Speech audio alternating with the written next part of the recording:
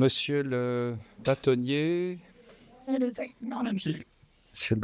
mesdames, messieurs, en vos titres, fonctions et qualités, c'est un immense plaisir, c'est un honneur aussi, comme responsable du Collège Belgique, de vous accueillir une nouvelle fois ce soir pour notre cycle Justice en vérité, qui nous a fait déjà faire de grands pèlerinages intellectuels sous l'angle du droit et qui, pour l'Académie et le Collège Belgique singulièrement, cette entité de diffusion des savoirs des trois académies, d'ailleurs l'Académie royale de Belgique, l'Académie de médecine, mais aussi l'Académie de langue et de littérature, est un moment tout à fait unique puisque c'est un partenariat de choix avec le barreau francophone et qui rentre vraiment dans les cadres des missions d'une académie comme la nôtre, c'est-à-dire diffuser des savoirs.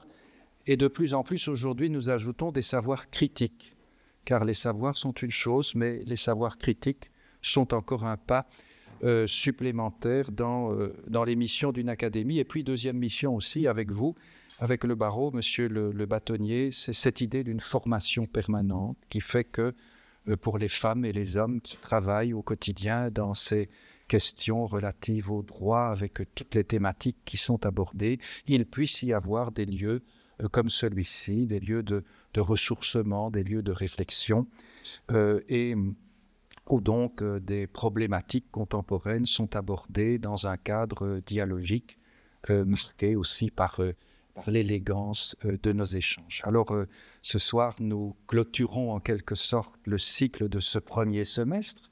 Nous fonctionnons par semestre au Collège Belgique. Il y aura bien entendu après l'été d'autres réunions de notre cycle Justice en vérité.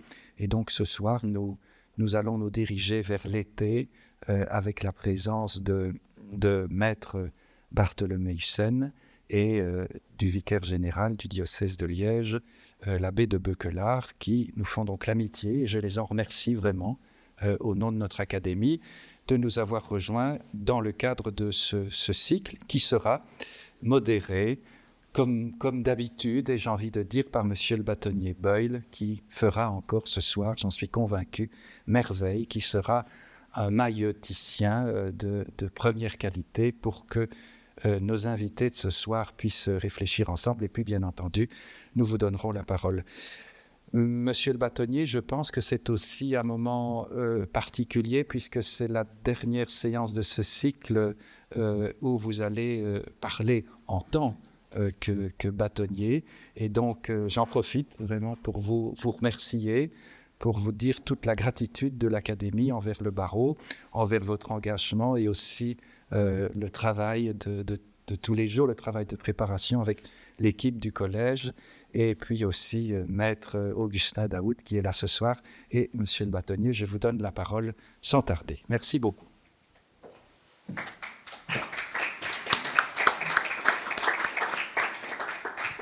Voilà. Merci, monsieur l'administrateur délégué, pour ces bien gentils mots. Mais à mon tour de vous remercier de nous avoir accueillis et d'avoir permis ce partenariat qui nous tenait à cœur. Messieurs les intervenants, mesdames et messieurs, cette séance, effectivement, est un peu particulière pour moi puisque c'est ma dernière séance en tant que bâtonnier du barreau de Bruxelles, puisque ce seront des mandats de 2 ans qui se terminent le 31 août. Et donc, même si pour l'Académie ou pour le Collège Belgique, les séances ou les conférences sont organisées sur une année civile, en ce qui nous concerne, ce sont des années judiciaires. Nous sommes au milieu de ce cycle de conférences Justice en vérité, qui sont organisées conjointement par le Collège Belgique et le barreau de Bruxelles. Et moi, je passerai donc le témoin à mon successeur, Maître Marie Dupont, qui entrera en fonction le 1er septembre 2024. Mais je vous rassure, la saison continuera. Donc il s'agit pour moi effectivement de la dernière séquence, de la dernière séance, mais contrairement au texte de la chanson d'Eddie Mitchell, le rideau n'est pas tombé et je forme le souhait qu'il ne tombera pas à l'avenir sur ce cycle de conférences qui a démontré qu'il avait tout son sens, puisque à chaque fois nous avons eu la chance de pouvoir compter sur un public varié et surtout nombreux et surtout encore de qualité. Alors, je suis content d'avoir pu contribuer à faire revivre ce partenariat entre le barreau et le Collège Belgique. Nous avons pu organiser une série de conférences intelligentes, passionnantes. Qu'il me soit ici permis de rappeler que ce cycle de conférences avait le jour sous le bâtonnat de Jean-Pierre Beul. Je dis toujours mon bâtonnier, même si j'en ai eu deux, puisque j'étais à l'époque au Conseil de l'Ordre. C'était en 2010 ou en 2011, je ne sais plus exactement, Jean-Pierre, mais c'était ton initiative que j'ai reprise lorsque je suis devenu bâtonnier. Merci de l'avoir lancé, et puis merci de m'avoir aidé, avec l'aide d'Augustin Daou, membre du Conseil de l'Ordre, de rendre vie à cette initiative, et on va la poursuivre. Alors on occupe toujours, en tout cas au barreau, des fonctions éphémères, puisqu'on est membre du Conseil de l'Ordre 3 ans, on est bâtonnier 2 ans, on passe le relais. Je pense que c'est une bonne pratique, ça permet d'exercer des responsabilités pendant un certain temps avant de les céder, de transmettre le flambeau. Mais il y a des choses qui disparaissent, il y a des choses qui restent, il y a des choses qui renaissent. Mais j'espère que ce partenariat continuera à vivre. Alors pour la conférence de ce soir, nous avons souhaité prendre un peu de hauteur et nous interroger sur les rapports que peuvent entretenir nos convictions, la morale et le droit. Nous en avons déjà parlé en ces murs et à d'autres circonstances. Notre état de droit s'effrite, peut être en péril, en Belgique comme dans d'autres pays européens. Est-ce le symptôme d'une société malade, d'une société en perte de conviction, empreinte peut-être d'une morale moins humaniste qu'à une certaine époque? Notre société a-t-elle besoin de davantage de conviction? Voilà quelques sujets qu'on traitera aujourd'hui. C'est un thème passionnant qui sera traité par Maître Henri Bartholomeüssen et M. de Beukelare, qui est effectivement, et vous l'avez rappelé, vicaire général, mais aussi juriste. Vous me le rappelez encore lors de notre entretien préalable à cette conférence. Je ne vous en dis pas plus et je laisse le soin au bâtonnier Beul de présenter plus avant nos orateurs de ce soir et je vous souhaite une très agréable soirée.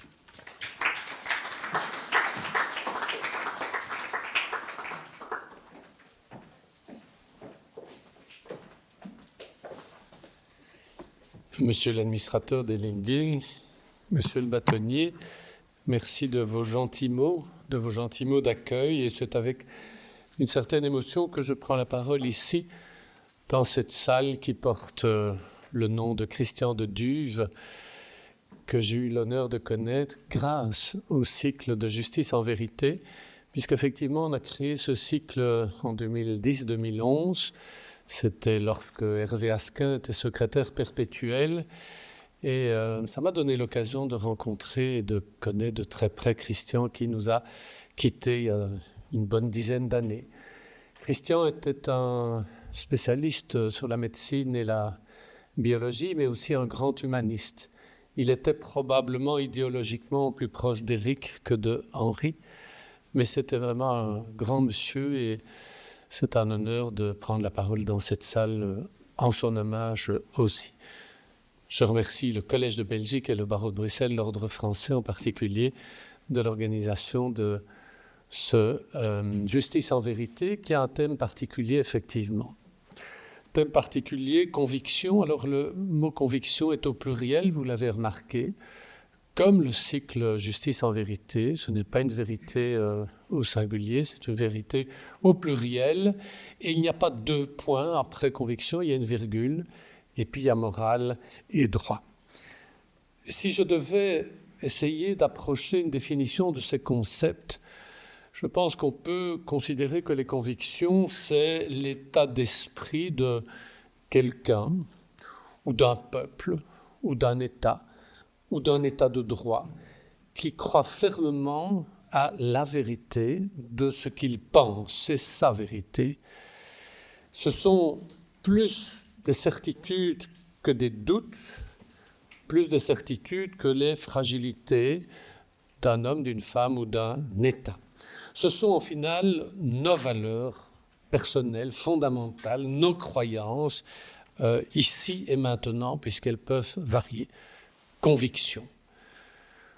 Morale, ce sont des règles, ce sont plutôt des obligations ou des interdictions qui fondent les valeurs du bien ou du mal. Et vous le savez, le père de la morale, c'est Socrate. Le but de la morale est de nous dire ce qui est juste, ce qui doit être fait ou ce qui ne doit pas être fait par chacun au-delà de la justice. Le droit, la règle de droit est celle qui nous oblige dans un État ou dans une société. Et vous l'avez compris, le droit et la morale ne sont pas la même chose, ne s'identifient pas.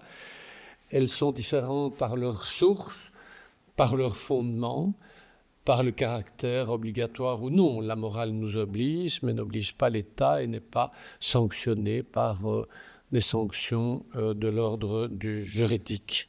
Les finalités sont différentes. Le sujet est évidemment complexe et éminemment l'objet de débats, de controverses.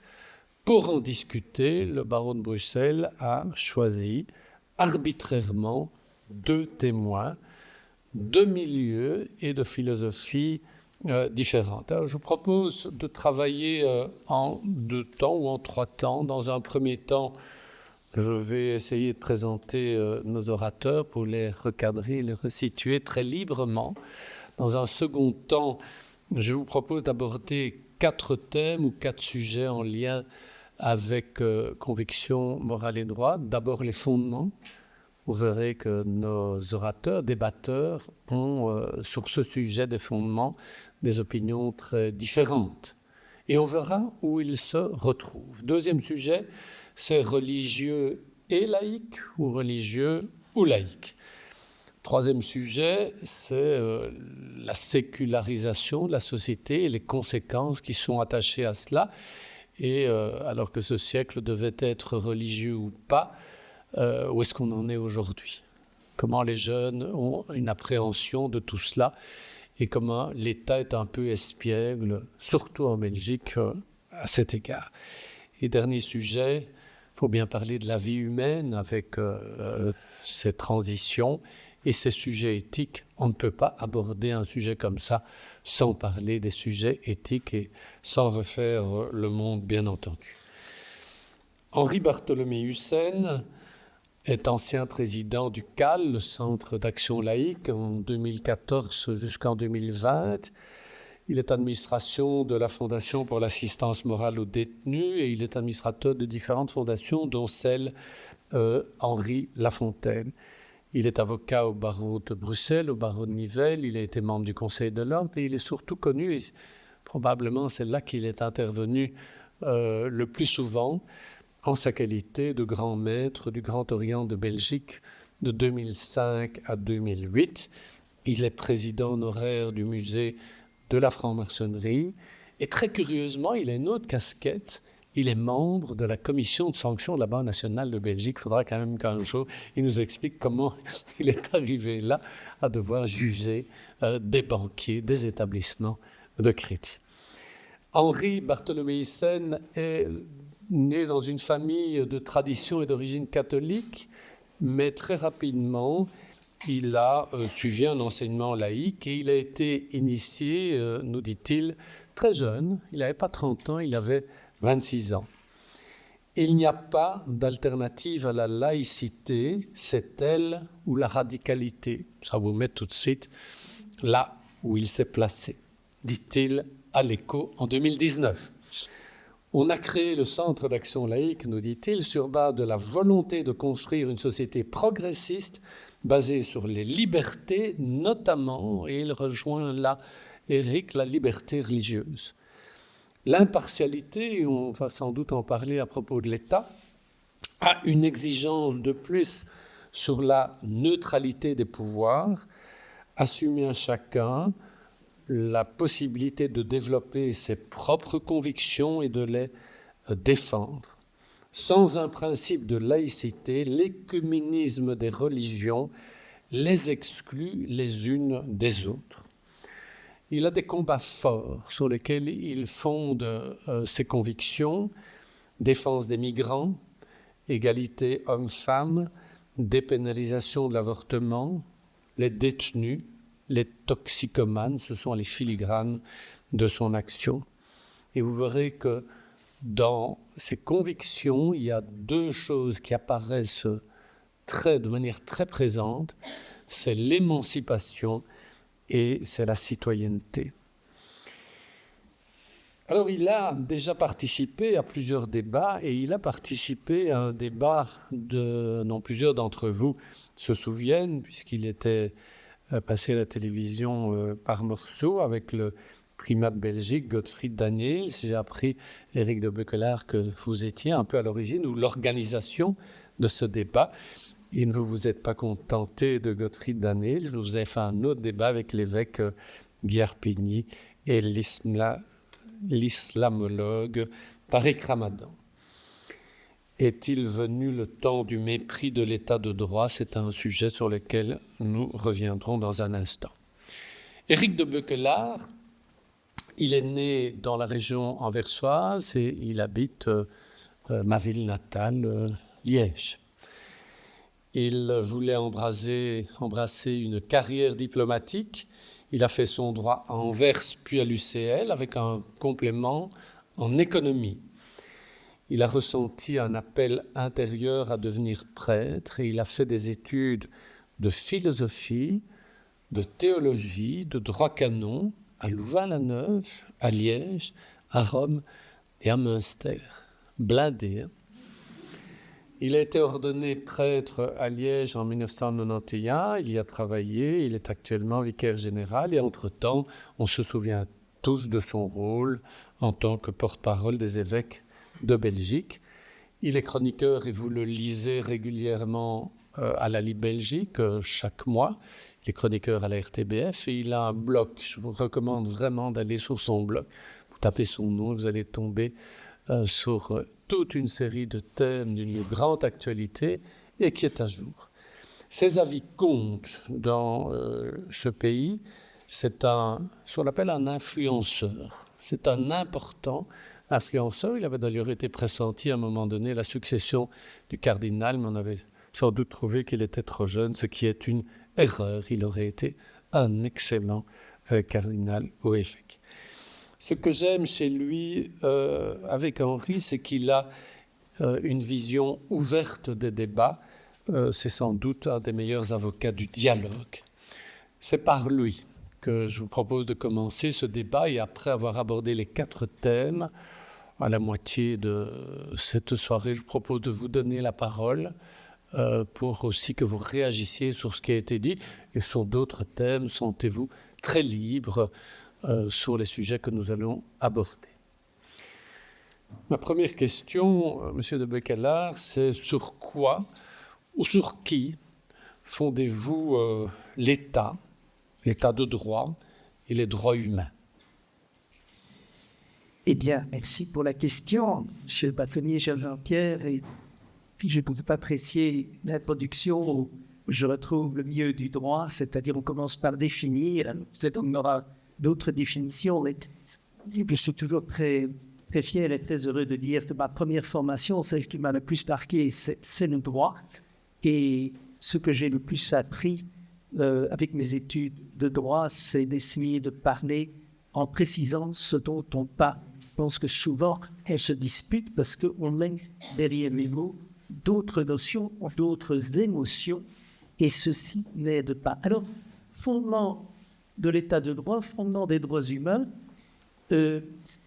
à l'époque de la société sacrée, c'était ça, fondée sur la divinité, sur bien, avec l'inconvénient, ici je mets un instant ma casquette de théologien, qu'on faisait jouer à Dieu, s'il existe, je pense, on faisait jouer à Dieu un rôle qui n'est pas le sien, puisque apparemment il nous laisse libre, sinon il apparaîtrait, il nous dirait ce que nous devons penser et croire, à la place d'Henri et de moi.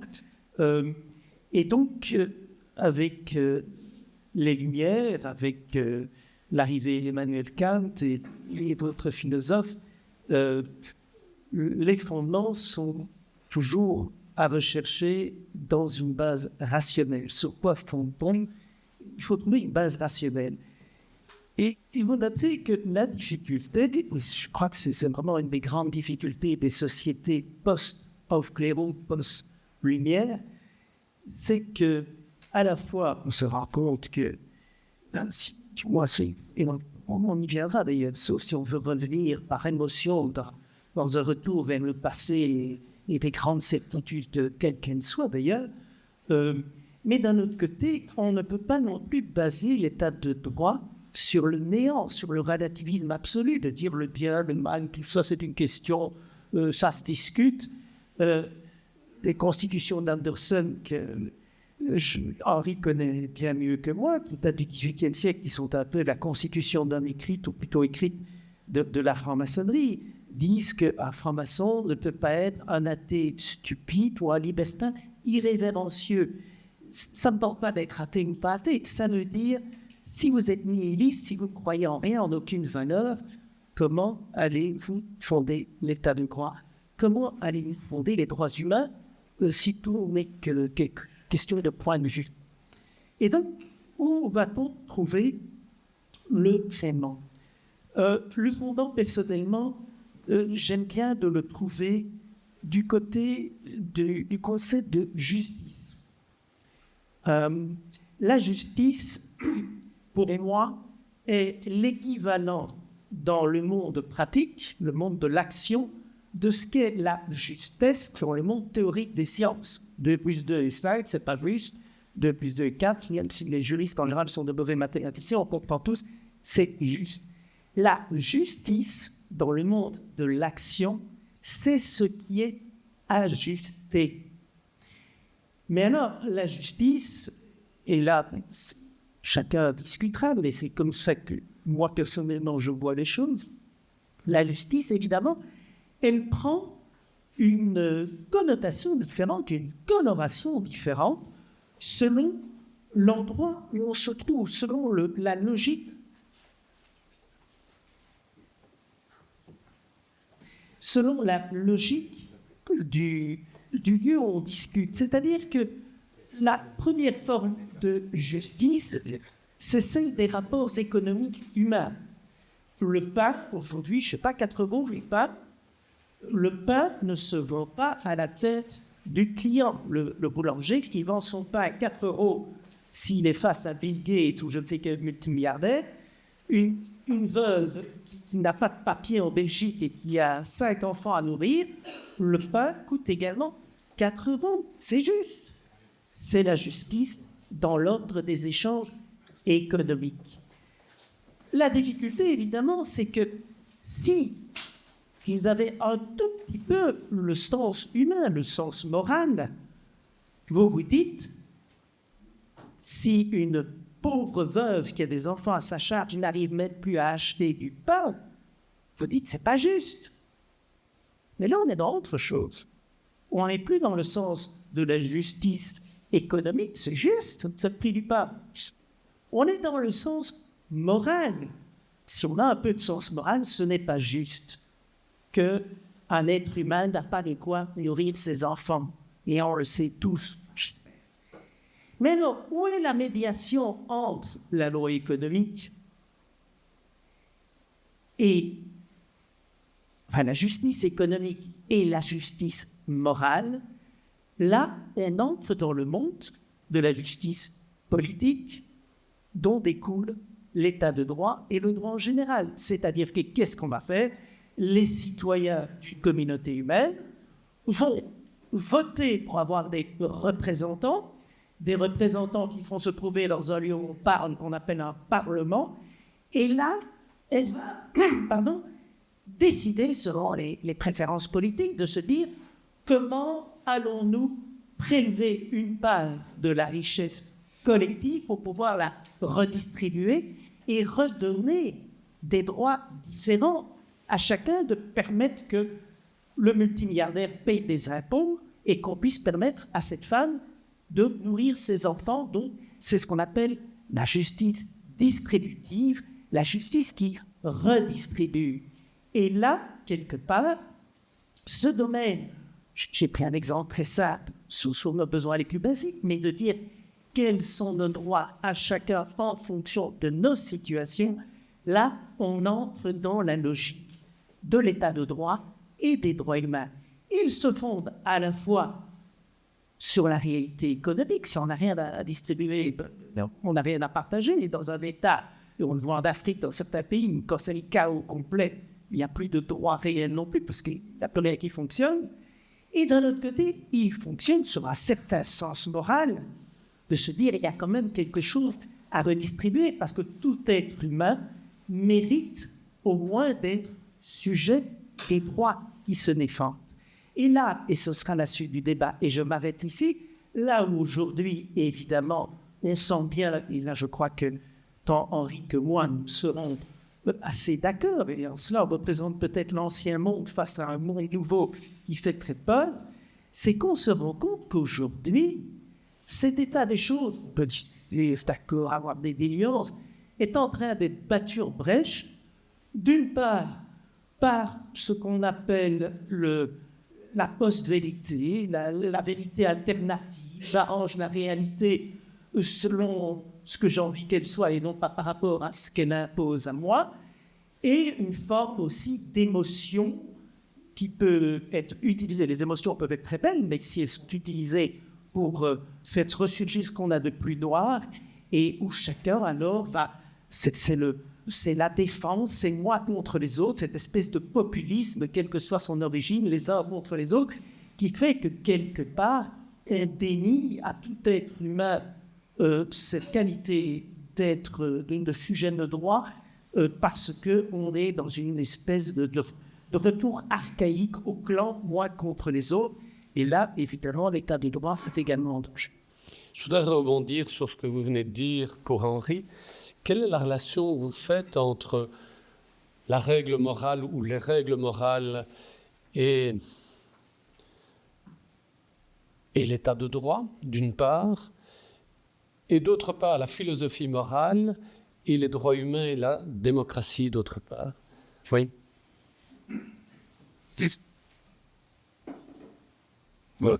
Vous m'entendez? Oui, très bien.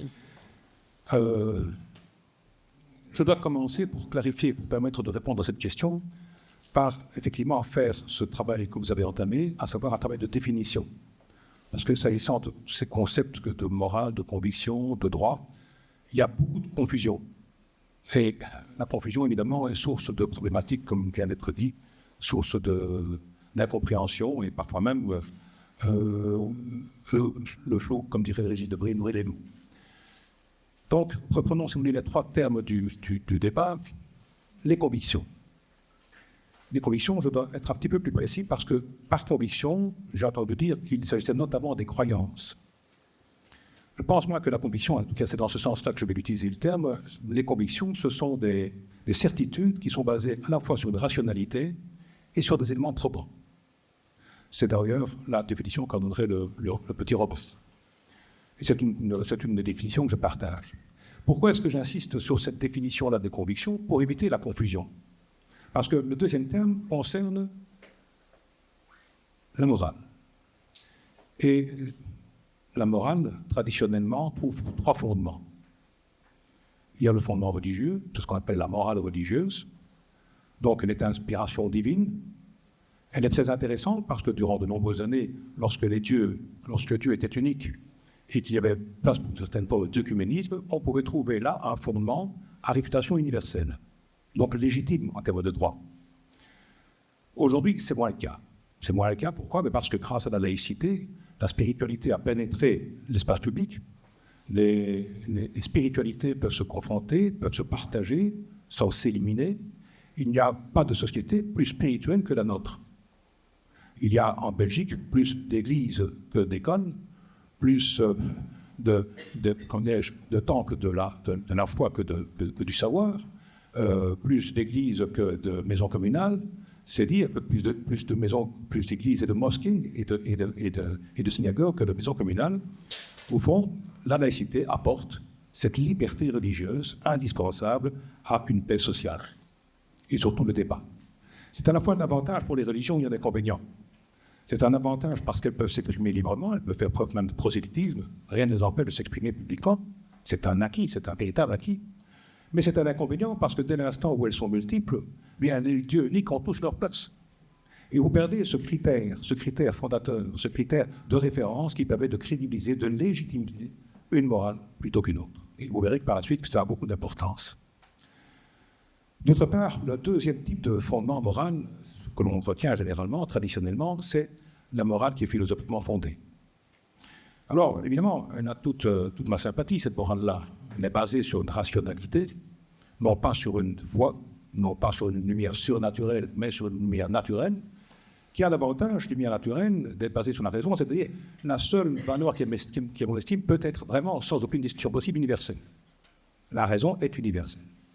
Est-ce pour autant l'assurance que les conclusions que nous tirons de la raison, de nos différentes approches philosophiques, vont nous permettre d'adhérer à un socle de valeurs communes? Eh bien, ce n'est pas évident. Ce n'est pas évident du tout. Il y a autant de conceptions qu'il y a de philosophie morale. Je veux dire que chacun, pour sa part, peut décider de sa ligne de conduite en fonction de ses convictions personnelles. Donc, la morale philosophiquement fondée n'aide pas davantage que la morale religieuse à construire un socle de valeurs communs qui pourrait irriguer, instruire le droit, un droit par hypothèse, droit dit de l'homme, c'est-à-dire à vocation universelle. Vous avez une troisième piste traditionnelle pour la morale. Ça, c'est la construction, ce sont les travaux du sociologue Henri Jeanne, qui consiste à prétendre que la morale peut également être simplement sociale, par le phénomène du conformisme social. Dans une société donnée, les gens finissent par se ressembler, par prendre des couleurs identiques. C'est le mimétisme, c'est l'irénisme, c'est le conformisme. Pas besoin d'une grande rationalité, les gens ont tendance à adopter des comportements, des lignes de conduite qui font consensus. Alors peut-être que ma principale intervention de ce soir sera peut-être d'ajouter une quatrième piste à ces trois pistes traditionnelles, j'y reviendrai. C'est ce que j'appellerais, faute de mieux à ce stade-ci, la morale anthropologique. Elle s'appuie à la fois, et vous le verrez, sur une première intuition, qui est une intuition de Kant, mais surtout sur les travaux des anthropologues actuels, qui tentent à démontrer que là où vous tentez, bien difficilement, de justifier, de légitimer par la raison le caractère universel d'une morale susceptible de fonder un droit de l'homme, des droits fondamentaux, eh bien, Hiérarchie en est le premier à le reconnaître, il n'est pas possible de démontrer cette vocation à l'universalité. Vos valeurs, toutes de qualité qu'elles soient, ne sont pas nécessairement justifiées à être partagées par autrui. Et pourtant, si on évoque les travaux de Kant, il y a une chose quand même tout à fait intéressante, c'est que l'une de ces valeurs essentielles, fondamentales, c'est le respect. Et à propos du respect, Kant a une attitude que je redécouvre grâce à ses travaux récents, qui consistait à considérer que le respect était en fait une valeur sentiment. C'est donc pas le produit d'une réflexion, d'une rationalité, c'est le produit quasiment d'une émotion, un sentiment. On est investi d'un respect, on perçoit un respect. C'est étonnant pour un philosophe d'avoir recours à un sentiment de valeur et non pas à une réflexion de valeur. Et alors, je fais le pont, aussi de gagner du temps et essayer d'avancer dans la discussion, avec effectivement ce que je vous disais il y a une petite dizaine d'années, j'étais invité aux universités d'été de l'Université catholique de Louvain, qui avait invité un homme remarquable, sans doute l'un des plus grands anthropologues actuels, c'est un Belge, c'est Frans de Waal, et qui, à la différence des philosophes, à la différence des religieux, à la différence des sociologues, nous expliquait quelles sont les stigmes à la suite de ses expériences. Ça, c'est un trait très intéressant. Donc, c'est une expérimentation par rapport à une rationalité. À ce type d'expérience, il apparaissait que tous les mammifères supérieurs qui vivent en société connaissaient, étaient habités par les prémices de ces fameux sentiments pérangulaires de nos valeurs. Et il citait à titre d'exemple le sentiment d'appartenance, ce n'est pas vraiment une valeur, celle-là, mais en tout cas la notion de justice, la notion d'égalité, la notion d'injustice, la notion d'empathie, autant de sentiments qui sont partagés aussi bien par les baleines que par les dauphins, que par les bonobos, que par tous les animaux qui vivent en société. Et donc il a fait des expériences assez remarquables qui sont reconnues par ses collègues dans le monde entier, où effectivement il démontre que le sentiment d'injustice est prégnant et constituant vraiment du facteur social, la singularité est aussi la reconnaissance des uns et des autres. C'est-à-dire qu'au fond, on cherche peut-être midi à 14 heures, lorsque l'on cherche dans une rationalité, dans une philosophie, dans une religion ou dans un consensus social, les bases possibles d'un fondement universel à des droits qu'on voudrait être de nature à légitimer, alors ce qu'on appelle le droit positif. Parce que, là aussi, je prends le troisième terme qui a été proposé, le droit. Mais le droit, ça recouvre des notions différentes. Si je parle du droit positif, Je vais parler de la loi démocratique, la loi votée, la loi issue de l'état de droit. Comment pouvoir justifier que cette loi soit juste ou injuste? On a tendance, par un biais intellectuel, à considérer que la démocratie, l'état de droit, les droits fondamentaux sont consubstantiels. Mais l'histoire nous a montré que ce n'est pas le cas. L'état de droit n'est pas la garantie d'un respect des droits de l'homme. La démocratie n'est pas la garantie du respect des droits de l'homme, ni la garantie du respect de l'état de droit. Tant qu'il nous manque un ferment, il nous manque une base, il manque quelque chose sur un référent commun qui permettrait de crédibiliser le droit positif. Alors qu'Im Perelman, philosophe de l'Université libre de Bruxelles, qui a participé aux travaux de ce qu'on appelle le centre de Bruxelles, avait tenté d'obvier à cette difficulté. Il a une formule célèbre qui partait du principe que la loi est juste parce que c'est la loi. C'est les problèmes de la démocratie et de la justesse qu'évoquait Éric de Beuquelaar à l'instant. Elle est morale puisque c'est la loi. La loi est juste parce que c'est la loi, parce qu'elle a suivi un processus démocratique. Oui, sauf que, comme je viens de le dire, la loi peut être injuste. Et donc, il nous faut un critère de justice ou de justesse par rapport à la loi. Bien, figurez-vous que dès la Déclaration universelle des droits de l'homme et du citoyen de 1789, le déclarant avait déjà mis l'intuition de cette distinction à établir entre ce droit démocratique, ce droit fondé sur les droits fondamentaux, ce droit à vocation universelle, c'est issu de la loi, et le droit lui-même. Et c'est l'article 5, je crois, de mémoire, qui dit à peu près ceci. La loi, écoutez bien les termes, la loi n'a le droit de défendre, à l'époque ça signifiait d'interdire uniquement des comportements parce qu'ils seraient contraires à l'intérêt de la société. Bon, même au niveau le plus fondamental, je dirais, de la découverte du parcours de la démocratie, de l'état de droit vers justement l'hypothèse des droits fondamentaux, on se rend compte que déjà, il manque un critère. Alors, pendant des années, on essaie de fonder les droits de l'homme sur ce qu'on appelle le juste naturalisme. Le juste naturalisme et la rationalité. La rationalité, on a vu pourquoi? Parce que c'est le seul vecteur universel. Mais comme je l'ai dit, la réflexion universelle n'aboutit pas nécessairement à des opinions universelles. Il nous manque toujours quelque chose pour faire le franc. Il nous faut toujours quelque chose pour cette base qui serait la base d'un référent commun universel déclaratif.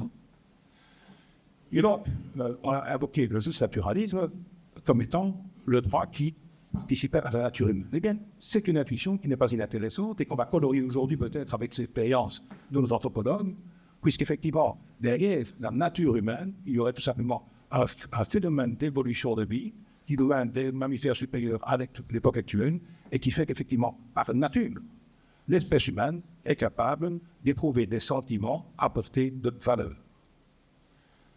Ce qui est intéressant dans tout ça, c'est que si on voit intuitivement quels seraient les sentiments valeurs qui seraient de nature à construire l'humanité sur un mode, sur une morale qui serait commune, je pense aux valeurs que j'évoquais tout à l'heure.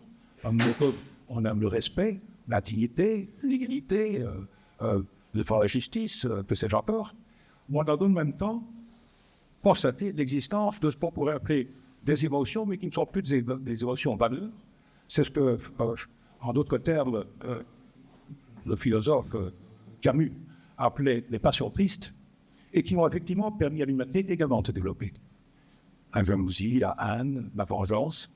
Bien, c'est une manière de gérer, c'est aussi une manière aux sociétés, aux individus de se gérer, de se développer. Pas d'une manière constructive, certes, mais on voit que les sentiments sont à la base de ces deux versions dynamiques, deux parties d'une même pièce. Quand on évoque la guerre, par exemple, on sait très bien que nous sommes tous, parce que la société existe, nous sommes tout simplement les vainqueurs de guerres antérieures. Les sociétés qui n'étaient pas capables de nous résister ont disparu. Ce qui pose le problème, on évoquait Dedieu tout à l'heure, et c'est pour ça que je ne suis pas si éloigné de Dedieu que cela, c'est que dans son dernier ouvrage, Dedieu dit ceci: toutes nos communautés humaines, celles qui existent aujourd'hui, sont le produit, effectivement, d'une victoire sur les plus faibles. Elles ont appris à se battre et à digérer celles qui n'étaient pas en mesure de leur résister. C'est un développement, une fois de plus, épigénétique.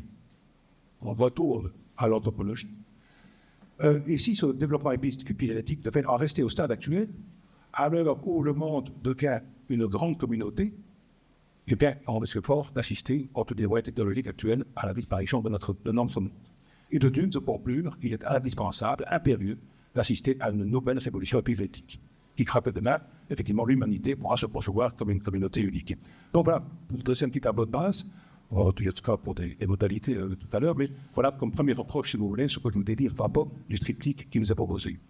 Ce qui me frappe dans votre réponse, c'est quelque part le peu de place que vous donnez aux religieux. Éric de Beuquelaar, comment est-ce que vous réagissez? Quelle est la place que le religieux peut avoir dans la cité ou doit avoir dans la cité?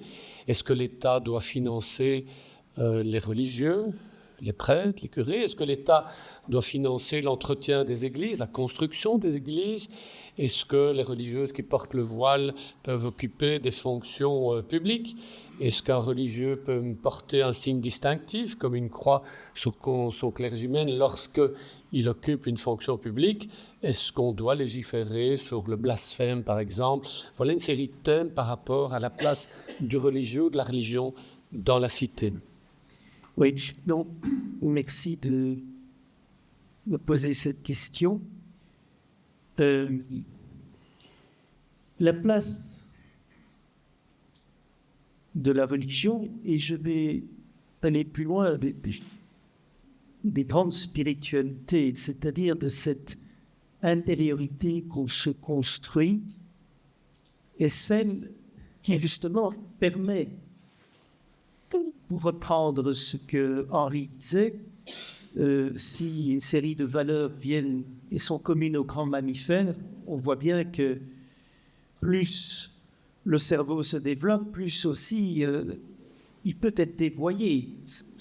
Nous savons tous que c'est dans un des peuples les plus cultivés, ayant donné les plus grands musiciens, les plus grands philosophes, l'Allemagne, c'est de là qu'est né ce délire éveillé du nazisme qui nous est quand même encore pas si éloigné que ça. Et donc, comment est-ce que l'être humain qui nourrit son intériorité pour résister à cela? Et je pense, en effet, que je prends souvent une image tirée du règne animal, justement, l'enfance, du point de vue spirituel, c'est un peu l'état de mollusque. Vous savez, un mollusque, une moule, une huître, c'est très mou, et ça ne peut pas vivre sans la coquille. Un enfant ne peut pas vivre sans la coquille protectrice du monde adulte. C'est pour ça d'ailleurs que les blessures d'enfance, on n'en guérit jamais. En faire des forces, on n'en guérit jamais, parce qu'elles nous ont été portées à un moment où on n'était pas capable d'y résister. L'adolescence, je reprends un peu une image, je prends Sosdenton, c'est crustacé. Le crustacé, c'est une carapace et des pinces, parce qu'il est mou à l'intérieur, et on voit bien nos adolescents, la crise d'adolescence, il faut les prendre avec des pincettes, parce qu'ils sont dans leur carapace, et ils ont des pinces. L'âge adulte, c'est le vertébré. Le vertébré, c'est-à-dire, c'est celui dont la solidité est intérieure, c'est la colonne vertébrale, et parce que la solidité est intérieure, eh bien, il y a les muscles et les nerfs qui font qu'on est souple, on est résilient, et qui fait que à l'extérieur, on n'a pas une carapace, mais on a une peau qui est douce. Et là, permettez de citer le Christ, dans cette béatitude, il n'a pas dit heureux les mous, mollusques, il n'a pas dit heureux les durs, les crustacés, il a dit heureux les doux, posséderont la terre. Et nous savons tous, si vous êtes parents, vous savez encore mieux que moi c'est comme vieux chef scout que je le sais, la véritable autorité, c'est pas celle de celui qui hurle tout le temps. La véritable autorité d'un bâtonnier ou de quelqu'un d'autre, c'est quelqu'un qui, au contraire, met simplement quand il veut quelque chose de très important, il veut que ce soit entendu, la douceur. Ce qui nous permet de construire, je dirais, notre colonne vertébrale intérieure, c'est les grandes spiritualités, qu'elles soient agnostiques, athées, qu'elles soient alimentées par les grandes traditions religieuses, et toutes les grandes spiritualités nous disent, vous savez, biologiquement, nous sommes tous que nous sommes nés, que nous allons mourir. La force de la spiritualité, c'est qu'elle inverse. Là, elle dit, à quoi dois-je mourir pour être plus vivant? C'est ça, la spiritualité. À quoi dois-je renoncer pour me sentir plus vivant? Et chacun, par différents types d'initiation, pourra répondre à ça. Et le piège, évidemment, c'est quand, au lieu d'être un chemin, une colonne vertébrale, c'est quand on vous met sous cloche et que c'est toutes les formes de fondamentalisme qui disent pas vous donner des réponses, mais vous poser plus de questions. Alors oui, je pense que plus que jamais, dans nos sociétés sécularisées, dans nos sociétés où le seul langage accessible à l'état de droit est le langage de la raison, parce que si moi, chrétien, et Henri, mostico-athée, qu'importe, on se parle, si moi je dis attends, l'évangile dit que, me dira Cynthia Chanty, Eric, mais ça ne me rejoint pas dans ma colonne vertébrale. Alors comment est-ce qu'on va pouvoir parler et construire ensemble si on n'utilise pas une grammaire commune qui essaye de la raison?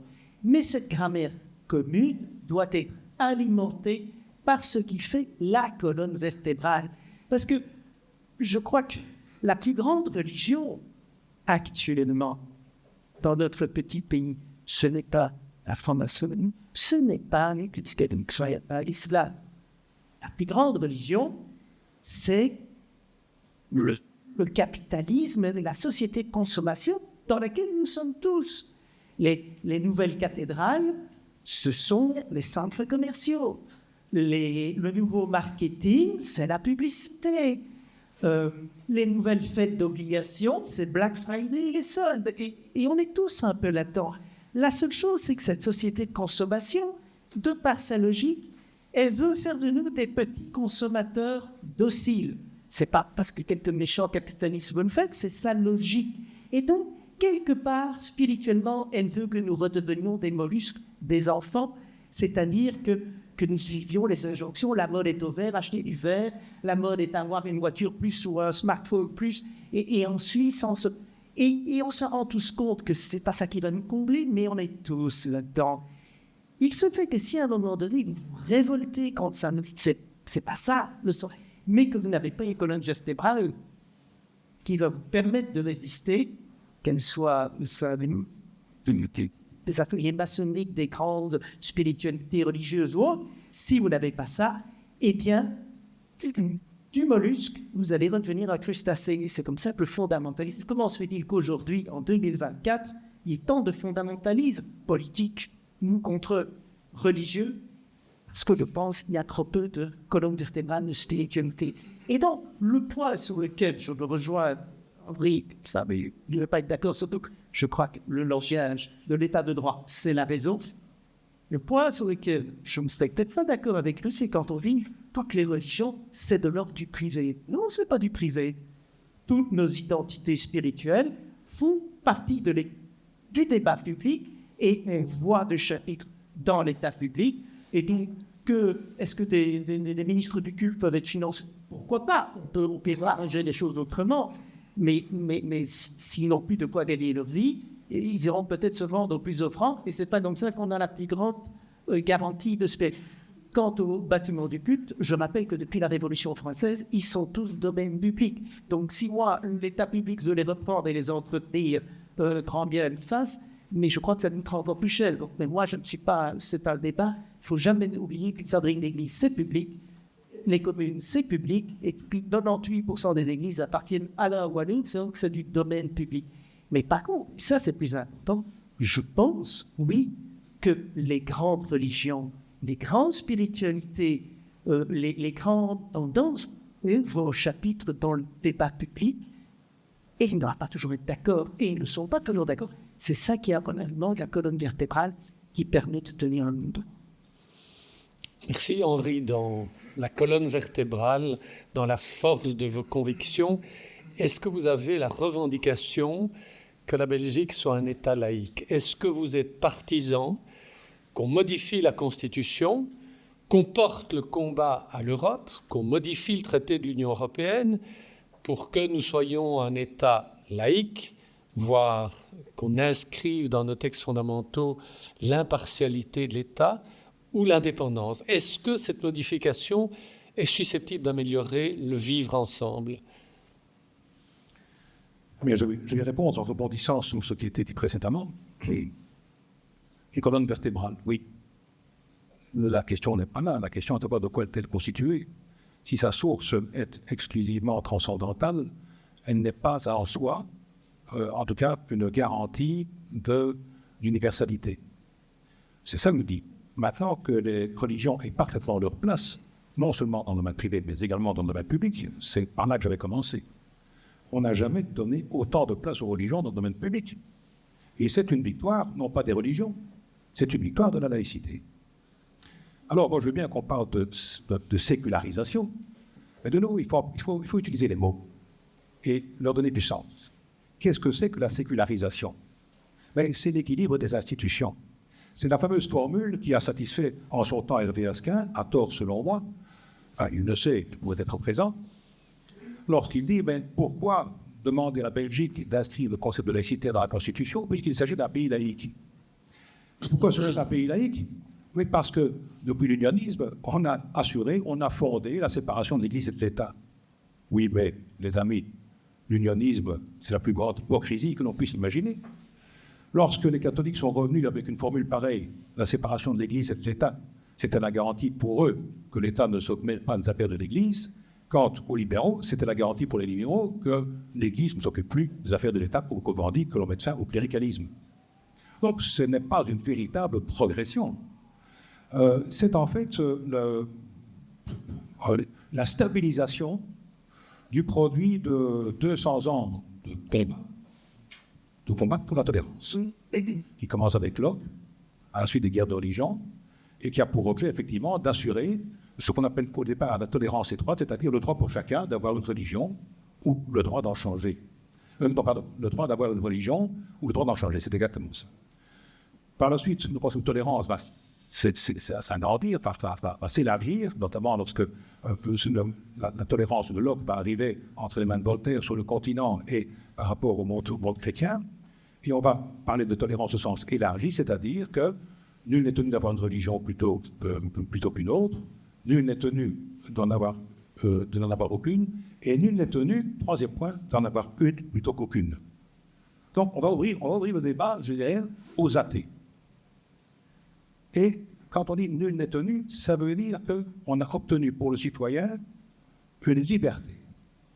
La liberté de ne pas être de la religion du prince. C'est un droit qu'on pourrait qualifier de première génération, droit fondamental première génération, mes libertés de principe, mes libertés d'expression, dites. Mais ça n'est pas suffisant. La modernité nous montre que ce n'est pas suffisant. Et ça a été le combat, si vous voulez, de la laïcité, c'est de transformer ce droit première génération, ce droit liberté, en droit de créance. Il ne suffit pas d'avoir l'autorisation d'une religion différente de celle du prince, il faut obtenir que le prince soit neutre sur le plan de la religion. Ou plus exactement, pas neutre, impartial. Autrement dit, il doit garantir, lui, la possibilité pour tout un chacun de choisir librement sa religion, d'en changer, d'en avoir aucune. Et dans cette partie, dans cet arbitrage, il est important que la puissance publique ait un droit de regard, parce que ce n'est pas parce que le prince serait demeuré neutre que pour autant des groupes majoritaires ou influents ne puissent exercer une pression de prosélytisme, mais une pression vraiment agressive sur d'autres groupes. Il faut donc faire des arbitrages pour permettre que dans l'espace public, les religions puissent non seulement s'exprimer, mais il y a un prix à cela. Elles peuvent s'exprimer en toute liberté, à une seule condition, qui est mal reçue, bien souvent, c'est de pouvoir être contredite. C'est d'accepter la contradiction. Elles l'admettent tellement mal que, rappelez-vous d'Urban, la tentative des États musulmans, mais qui était appuyée évidemment par un lobby religieux, chrétien, avait pour principe, pour objectif, de considérer que la religion était un droit fondamental, ce qui voulait dire que toute atteinte à la religion, toute critique de la religion devait être considérée comme bannie, comme non conforme aux droits fondamentaux. Autrement dit, on allait exclure la possibilité d'un blasphème au nom des droits fondamentaux. La meilleure manière de mettre un terme à un droit fondamental, évidemment, c'est d'invoquer un autre droit fondamental. On voit que c'est effectivement poussé à l'extrême. Ce rapport à la religion, ce rapport qui consiste à dire que ma dignité passe par ma croyance, est effectivement un danger majeur, aussi bien pour la liberté de conscience, la liberté de religion, la liberté d'expression, la liberté de pensée. Donc on voit bien que toutes ces notions sont assez complexes. Il ne suffit pas de dire il faut réserver une place plus que privée à la religion, non. Elle a toute la place qui lui appartient dans le domaine public. Moi, je n'ai aucune difficulté à l'expression publique des religions dans le domaine public. Il y a des exceptions, on en parlera peut-être. Mais ces exceptions ont un sens précis. Dans un rapport d'autorité, par exemple, il n'est pas normal, effectivement, que l'on puisse donner le sentiment de crédibiliser une option plutôt qu'une autre dans un rapport d'autorité. C'est ce qui explique qu'on est relativement opposé à ce que la puissance publique, ou tous ceux qui détiennent une parcelle de cette puissance publique, peu ou fort importante, effectivement, ne puissent pas, en tout cas, évoquer des signes extérieurs d'appartenance. C'est la raison pour laquelle on pense également que dans l'enseignement, le professeur, celui qui enseigne le savoir et non pas la foi, ne sait pas pouvoir influencer la mentalité, influer en tout cas sur les gens de conscience. C'est pas le homard sans carapace, pour leur en donner une, qui, par hypothèse, ne serait peut-être pas nécessairement celle d'un parfait citoyen émancipé. Parce que la religion pose la question du particularisme. Si l'on veut un fondement universel, il faut avoir à l'esprit que l'universalité ne suppose pas la singularité. La singularité est la condition de l'universalité. Quand je dis qu'une règle doit pouvoir être applicable à tous, ou qu'une morale doit être universelle, ça veut dire qu'elle est susceptible d'être appliquée à chacun, c'est-à-dire au dernier d'entre nous. Ce qui légitimise l'universalisme, c'est la singularité, et non pas le particularisme religieux, culturel, ethnique ou autre. Et c'est-à-dire que les particularismes doivent être combattus au nom de la singularité ou de l'universalisme. Non. Parce que par la contingence des appartenances, par le lieu où nous naissons, nous sommes tous les produits d'une communauté. Cette communauté est indispensable à l'accueil de ce petit être tout mou qui va être entouré de ses proches qu'il n'a pas choisi. Contingence des appartenances. Mais ce qui est certain, c'est que cette communauté, ce particularisme, doit permettre à l'individu de se dépourer. Et ce faisant, progressivement, d'atteindre à une individualité qui autorise et qui est garantie par l'universalité. Alors, vous voyez que la question de la religion, la question des spiritualités est une question très importante, que chacun peut puiser dans la solitude de sa conscience. Bien sûr, ce qui va le convaincre au sens premier du terme, ce qui va peut-être lui permettre d'avoir la foi, ou je ne discute pas de la foi. Les religions ont tendance à dire que la foi, ce n'est pas une question de réflexion, c'est une question de grâce. Vous êtes touché par la foi, vous n'êtes pas touché par la foi. Voilà, on n'est que rien. Quelqu'un qui est touché par la foi, je ne lui conteste pas ça. Et il admettra qu'il ne doit pas me contester le fait que je n'ai pas été, par hypothèse.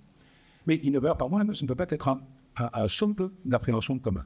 Comme les croyants, comme les non-croyants, les spiritualités, comme, je dirais, les athées ou les saints, je dirais qu'il y a des spiritualités athées aussi. Le mot est ambigu, une fois de plus.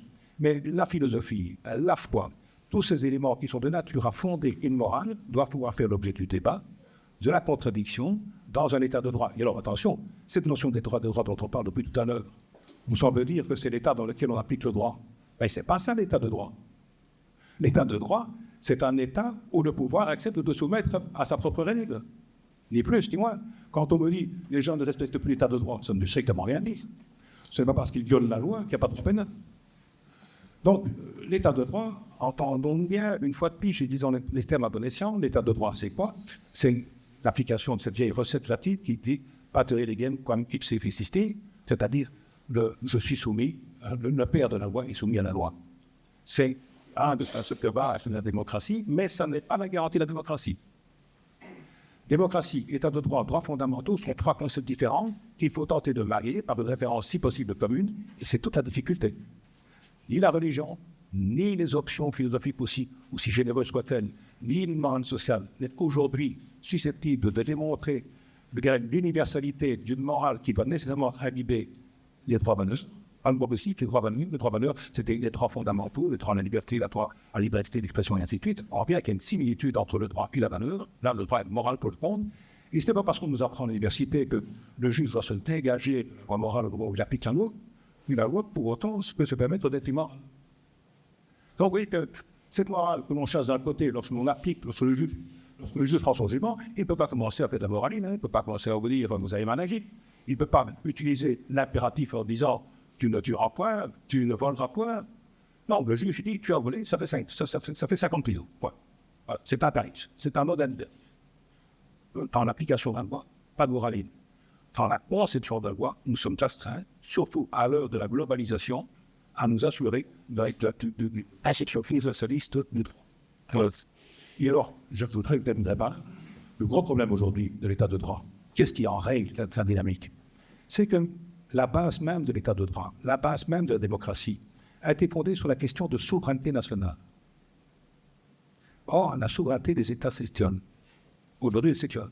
Elle s'étiole par le bas parce qu'on prend en compte une forme de législation au niveau infranational, les régions, les cultures, comme tout ce qu'on peut imaginer. Mais elle s'évapore également au niveau supranational parce que les États sont en train de déléguer, de remettre une partie de souveraineté dans des ensembles plus grands. Alors, on prend l'exemple de l'Europe, on prend l'exemple des États-Unis, ça nous convient relativement, quoiqu'il y a objectivement une perte de souveraineté. Dans d'autres empires qui se constituent, c'est moins évident, mais ce qui est certain, c'est qu'effectivement, nous ne disposons pas à l'heure actuelle d'un législateur mondial, d'une juridiction mondiale et d'un gouvernement mondial. Donc, l'État mondial n'est pas pour demain, ce qui pose un problème. C'est ça qui fait que l'État de droit est en déperdition, qu'il n'a pas encore trouvé de substitut, de remplacement. Nous sommes dans une période que j'espère de transition. C'est probablement la fin progressive de la souveraineté nationale, mais au profit d'une souveraineté qui ne s'annonce pas encore comme mondiale. Alors, je terminerai par là.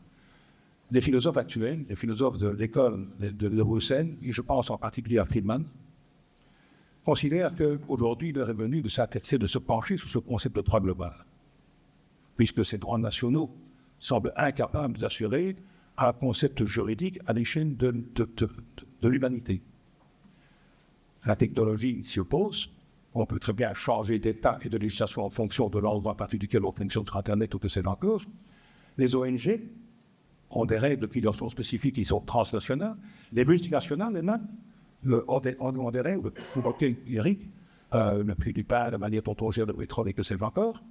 Comment faire en sorte que l'on retrouve une source de droit? Eh bien, pour Friedman, aujourd'hui, il se génère un droit en dehors des souverainetés nationales, un droit interstitiel, qui, par génération spontanée, parce que la nature horreur du vide, et que toute relation humaine débouche sur des règles de conduite qui sont sanctionnées à un moment donné. Et en fait, c'est un droit qui s'auto-alimente progressivement.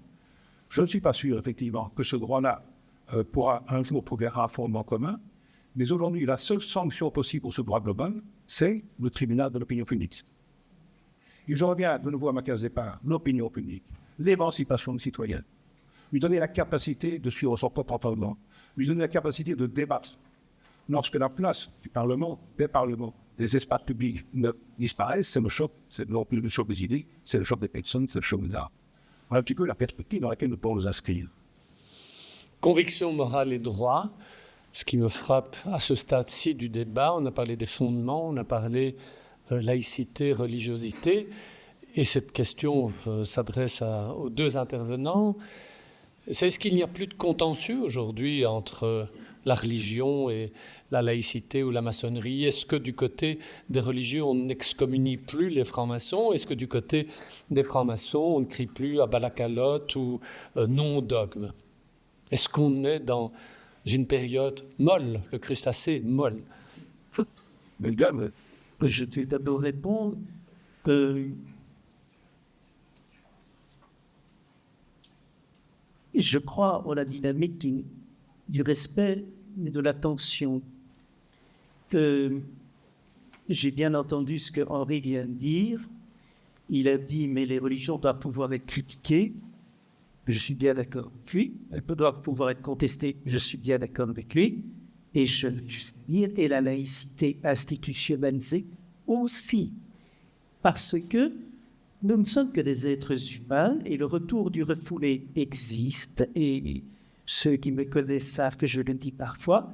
La tentation dans ce monde-ci ne serait pas non plus illusoire que sous couvert de laïcité, on fasse une nouvelle religion d'État, la laïcité, face auquel les religions se trouveraient comme dans une forme de timitude, c'est-à-dire d'État, vous êtes tolérés, mais comme vous êtes croyants, vous êtes un peu moins rationnel que nous. Votre rationalité, elle est quand même un peu moins pure, donc vous êtes un peu moins légitime.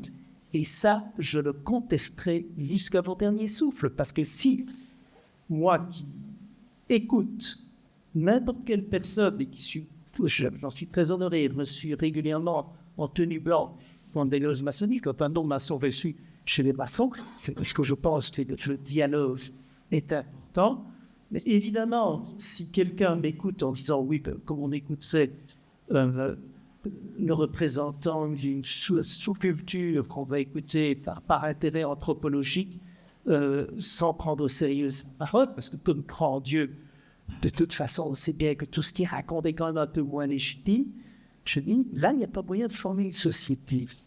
Alors, quelle est la différence entre la démarche maçonnique et la démarche des grandes religions? Je prends celle que je représente, le christianisme.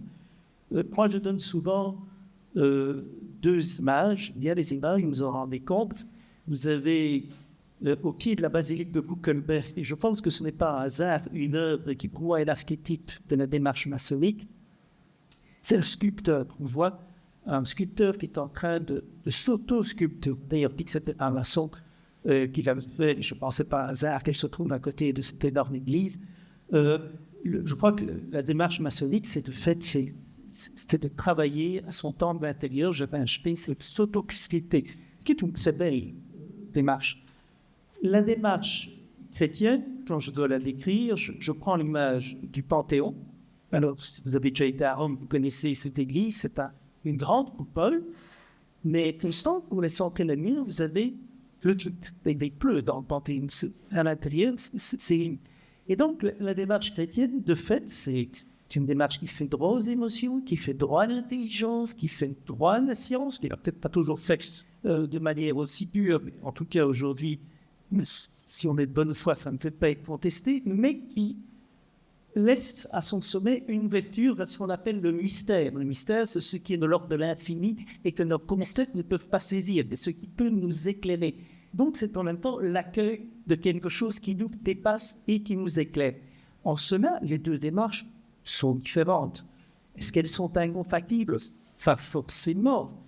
Il reste un contentieux, je vais vous dire, parce que j'en fais concrètement l'expérience. Je suis reçu en maçonnique, c'est toujours respectueusement reçu. Mais oui, ce n'est pas des dialogues de bisounours. On sent bien qu'il y a des différences. Mais comme je l'ai écrit dans la préface au livre d'Edverstin sur l'Église catholique et franc-maçonnerie, je pense que les méthodes sont différentes. Mais le cœur du contentieux, comme si souvent dans la nature humaine, il est d'ordre émotionnel. Si l'histoire avait été différente, sans doute que la franc-maçonnerie serait pour les adultes ce que le scoutisme est aujourd'hui pour les jeunes, une pédagogie qui est adaptée à tous.